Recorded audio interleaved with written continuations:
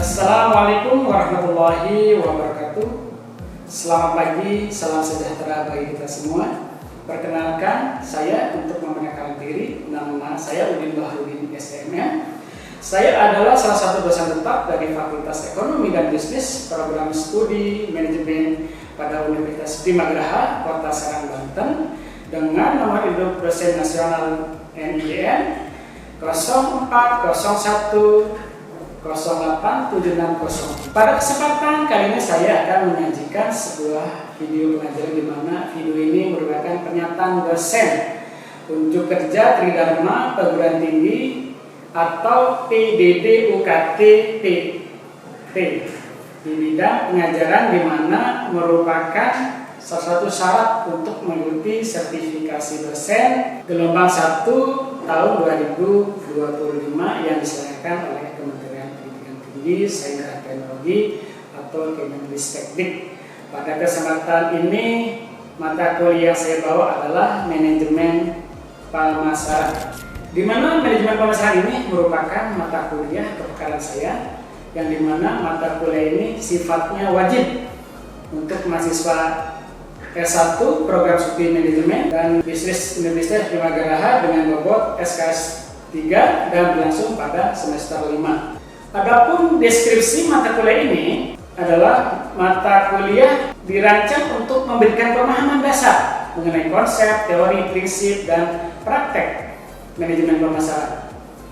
Pemasaran bukan hanya satu fungsi manajemen dalam bisnis, melainkan juga suatu proses. Sebagai sebuah proses, pemasaran mencakup serangkaian aktivitas yang berkaitan dengan menciptakan nilai yang superior bagi pelanggan sehingga dapat tercipta hubungan yang kuat dan keterlibatan pelanggan. Pada proses pemasaran yang digagas dan diimplementasikan perusahaan dengan mengikuti mata kuliah ini, mahasiswa akan memperoleh pengetahuan mendalam dan memahami komprehensif tentang proses pemasaran, analisis lingkungan pemasaran, pasar konsumen dan perilaku konsumen, pasar bisnis dan perilaku pembelian bisnis, desain dan strategi pemasaran, produk, jasa, dan merek, pengembangan produk dan siklus produk-produk, etika dan tanggung jawab sosial. Selain itu, proses pembelajaran mata kuliah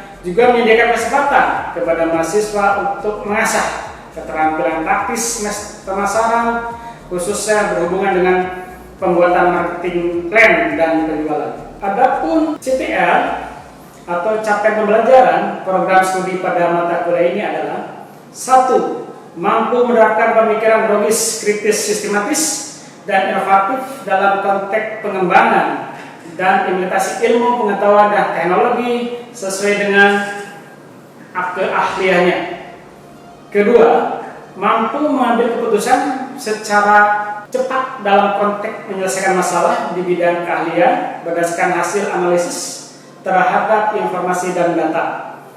3. Mampu merumuskan fungsi manajemen pemasaran, yaitu perencanaan, perorganisasian, penyusunan tetap, dan pengarahan dan pengendalian serta evaluasi. Adapun sub-CPMK, capaian pembelajaran mata kuliah ini adalah: 1.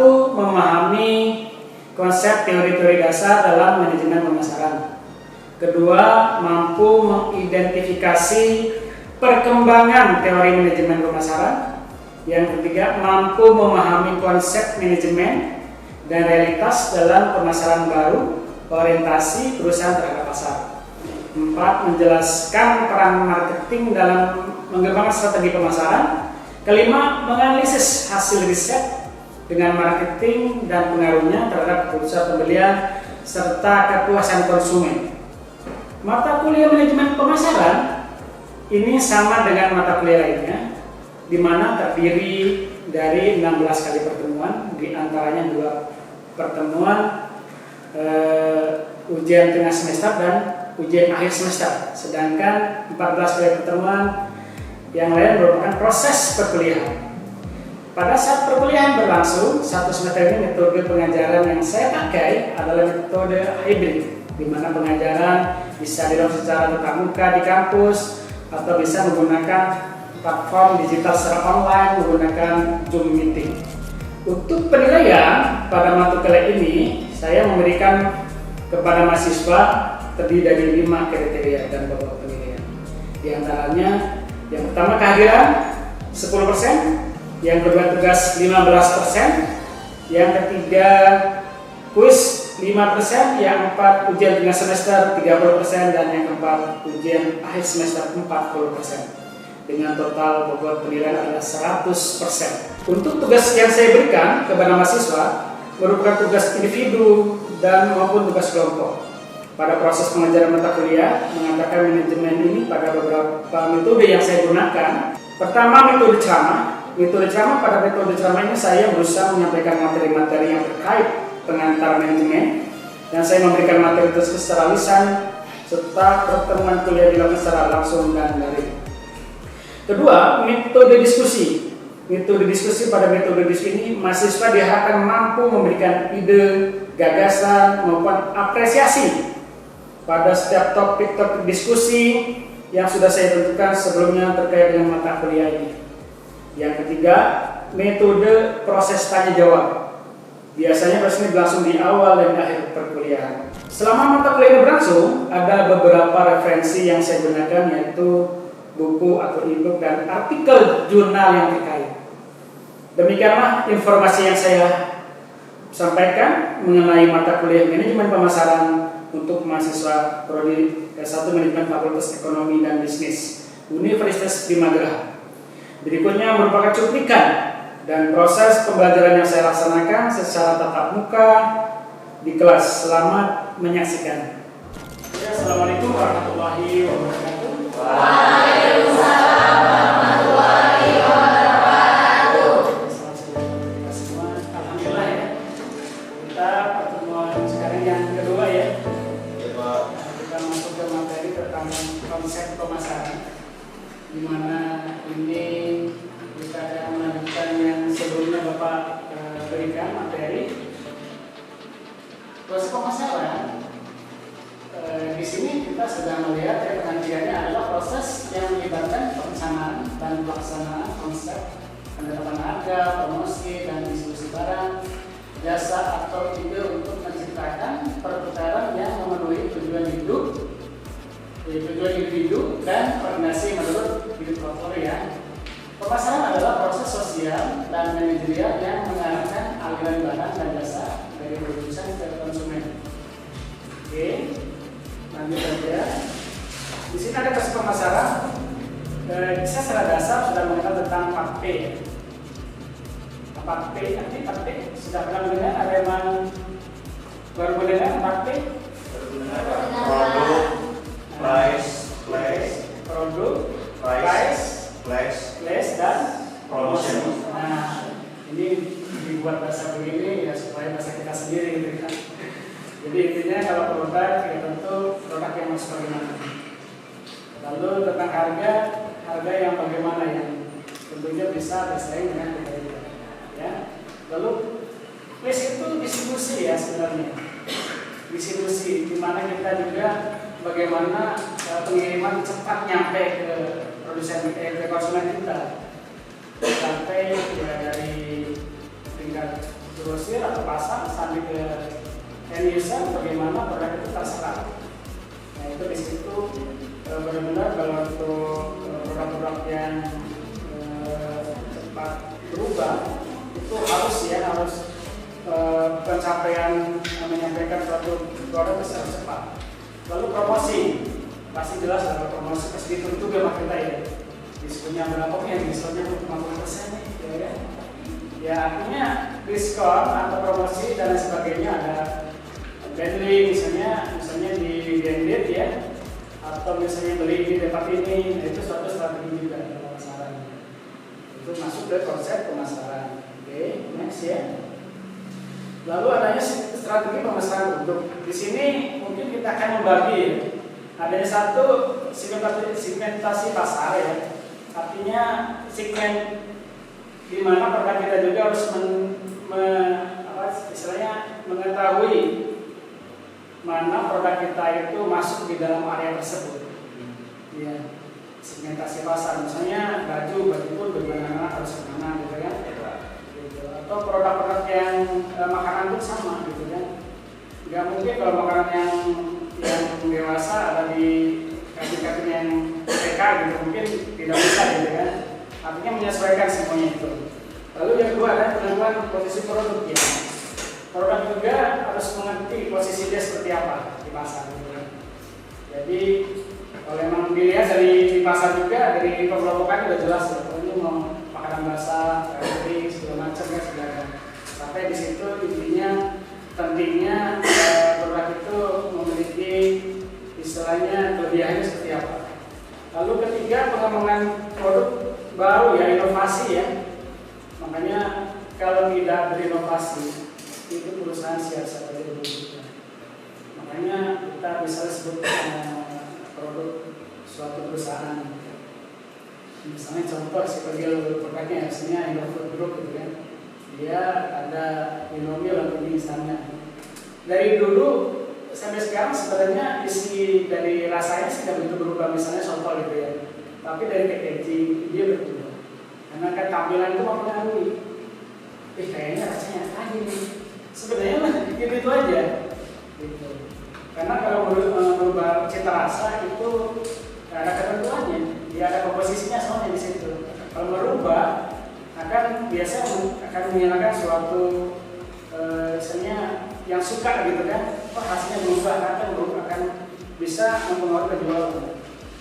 Jadi kenapa ada inovasi sama dengan kendaraan juga kan, misalnya Honda mengeluarkan, ya kita nyebut perusahaan sudah kita lebih paham ya, misalnya mengeluarkan PCX untuk Honda, nah untuk Yamaha NMAX gitu kan, nah itu kenapa inovasi itu terus saling ya, karena suatu perusahaan itu apabila tidak mengikuti aturan main seperti itu dia akan kalah. Contoh yang sangat-sangat istilahnya perusahaan Nokia, dia tidak mengikuti zaman misalnya, tergilas tidak ada sekarang. Dulu contoh kepake Nokia itu keren banyak, mungkin di zaman bapak ya, zamannya sekarang kan sudah pakai Android ya, gitu. Sama Android juga sama kan, begitu intinya kayak apa namanya BlackBerry, awal-awal BlackBerry gitu kan. Begitu BlackBerry juga tidak begitu zaman kan, habis tertulis juga dengan adanya produk yang sekarang ini. Oke, next, nah ini seperti kasus contoh. Perusahaan Apple. Sampai sekarang mungkin anak-anak sekarang sudah pakainya yang apa? Yang tipe yang paling keren HP-nya. Nokia itu. Cuman kayak apa? Yang Pro Max. Yang pertama. Roma ya. Ya intinya ini sudah strategi juga ya.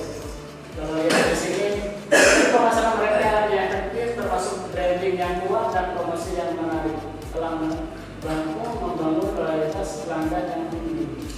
Jadi yang market beda, dia kan? Ada nih tahu dia punya uang tapi dia sebenarnya kan gitu. Yang penting ketahuan dulu kan.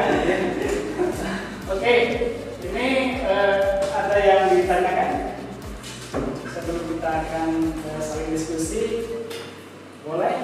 Izin bertanya Pak. Boleh, siap. Baik, perkenalkan nama saya Teman. Saya izin bertanya ya Pak.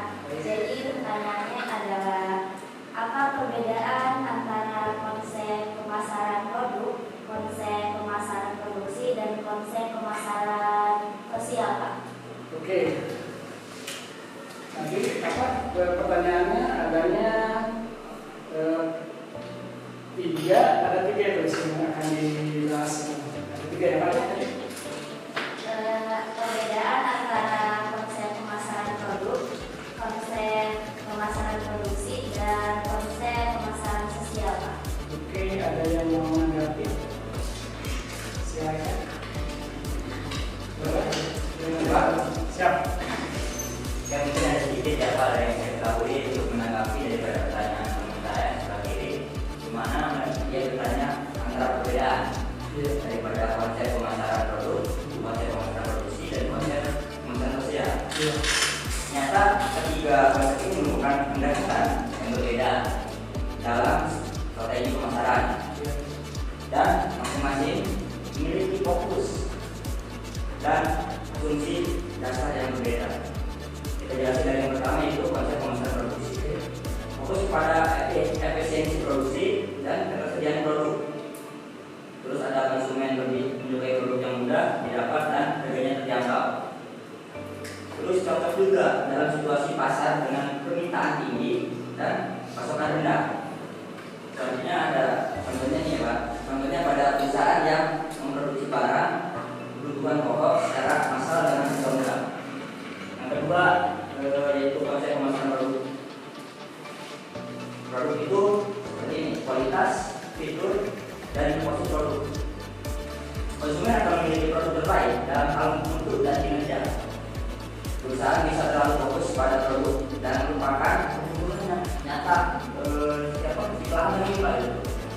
Terus ada contohnya juga, dimana contohnya pada perusahaan teknologi yang terus mengembangkan fitur-fitur canggih tanpa mempertimbangkan apakah pasar membutuhkannya.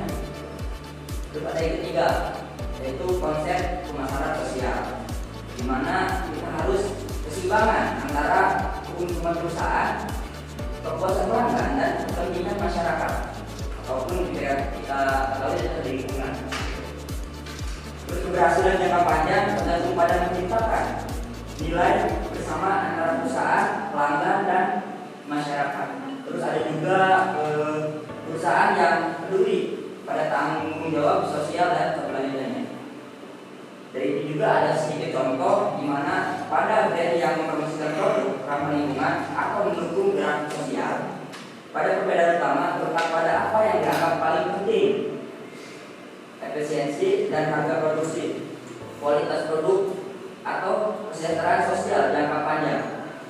Perusahaan mendorong cenderung menggabungkan ketiga dengan menyesuaikan strategi sesuai kebutuhan pasar dan nilai perusahaan. Mungkin segitu dari saya untuk rekan Halimah jawabannya. Baik, terima kasih Kak Ade untuk jawabannya. Jadi 3% itu benar-benar harus bersinambungan, maksudnya bersinergi. Karena apa? Suatu perusahaan akan tumbuh dan berkembang. Kalau salah satunya ada suatu hambatan, itu akan terkendala, sehingga dari konsep-konsep yang diterapkan perusahaan itu akan berjalan, itu akan lebih menguntungkan. Oke, ada lagi? Silakan. Enggak. Bapak, Terus luar biasa ini. oke, baca apa dulu? Mulai berdiri. Ini peninggalan saling berdiri. Assalamualaikum warahmatullahi wabarakatuh. Waalaikumsalam warahmatullahi wabarakatuh.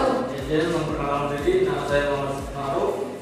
Izin bertanya, biasanya apa sih Pak tantangan dalam perusahaan dalam konsep pemasaran ini? Apa? Ulangi lagi jelas. Saya ulangi lagi, apa sih tantangan utama yang sering dihadapi dalam perusahaan dalam konsep pemasaran ini? Cukup? Oke, cukup. Silakan dulu. Oke, tantangan dalam proses pemasaran yang sekarang ini. Boleh, ada yang menjawab? Ada yang tahu? Mangga. Halimah? Boleh? Atau siapa yang mau? Tadi Pak. Boleh, boleh. Oke Bapak, Mana? izin menjawab. Boleh, Saya silakan. izin memperkenalkan diri. Boleh. Saya Najis. Pertanyaan tadi, apa tantangan utama yang sering dihadapi perusahaan saat menerapkan konsep pemasaran? Yang pertama itu ada kurangnya pemahaman tentang konsumen. Jadi banyak perusahaan gagal karena melakukan riset pasar secara mendalam, sehingga tidak benar-benar memahami kebutuhan, keinginan, dan perilaku konsumen. Selanjutnya yang kedua, itu perubahan tren pasar yang cepat. Preferensi konsumen, teknologi, dan kondisi pasar bisa berubah dengan cepat, terutama di era digital kayak sekarang, sehingga perusahaan harus selalu beradaptasi. Selanjutnya itu yang ketiga, persaingan yang semakin ketat. Dalam banyak industri, persaingan sangat tinggi. Menerapkan konsep pemasaran dengan pendekatan unik menjadi lebih sulit karena banyak perusahaan berlomba mendapatkan nilai yang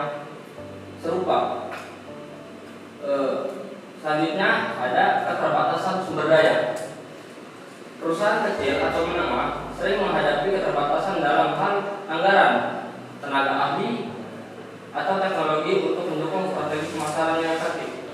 Mungkin itu saja jawabannya. Sebenarnya ini masih banyak. Cukup sekian, terima kasih